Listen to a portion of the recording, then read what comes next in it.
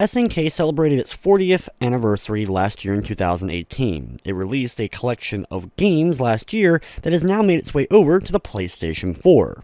But is SNK truly fantastic at 40, or is this anniversary best forgotten?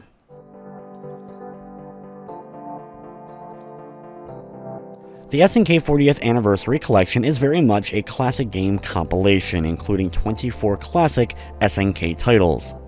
Considering SNK has such a vast library of fighting games, it's nice that this compilation focuses on the other style of SNK games, your action arcade shooters and adventure games.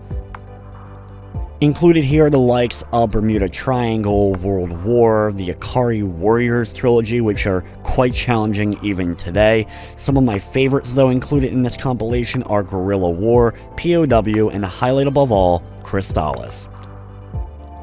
The versions of the games included here are the arcade ones, though if it had a console or NES counterpart, that is also included, so you can play Ikari Warriors 1, the arcade version, or the NES. Same goes for Athena and any of the other games like that.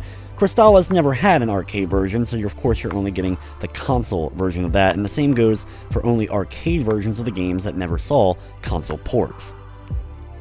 There are some options to tweak for each game. You can include things like filters so that you can add some scan lines if that's your thing, as well as stretching the image if you'd rather have none of that blank space on the screen.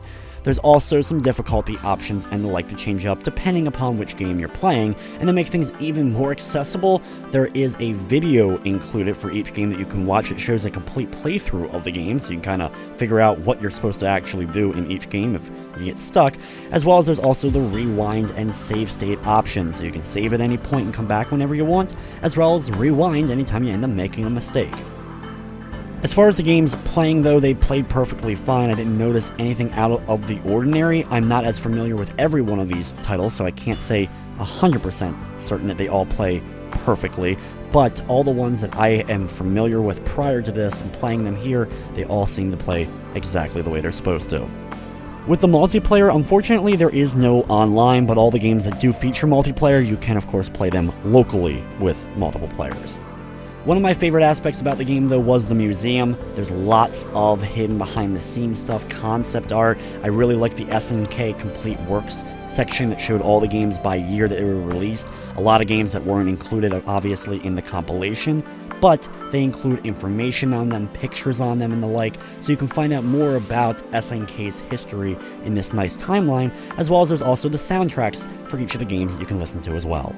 I'm happy to report from the technical side of things there was no crashing or other major glitches. The SNK 40th Anniversary Collection is available now on the PlayStation 4 for $39.99. It's also available on the Nintendo Switch.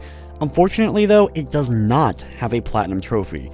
Overall, this is a fun compilation that for SNK diehard fans, it's really kind of cool to play through a lot of these classic games, some that don't really get much, if any, love nowadays. But if you're more of a modern SNK fan, if you're looking for the fighting games and all, those are in plenty of other compilations that are out there.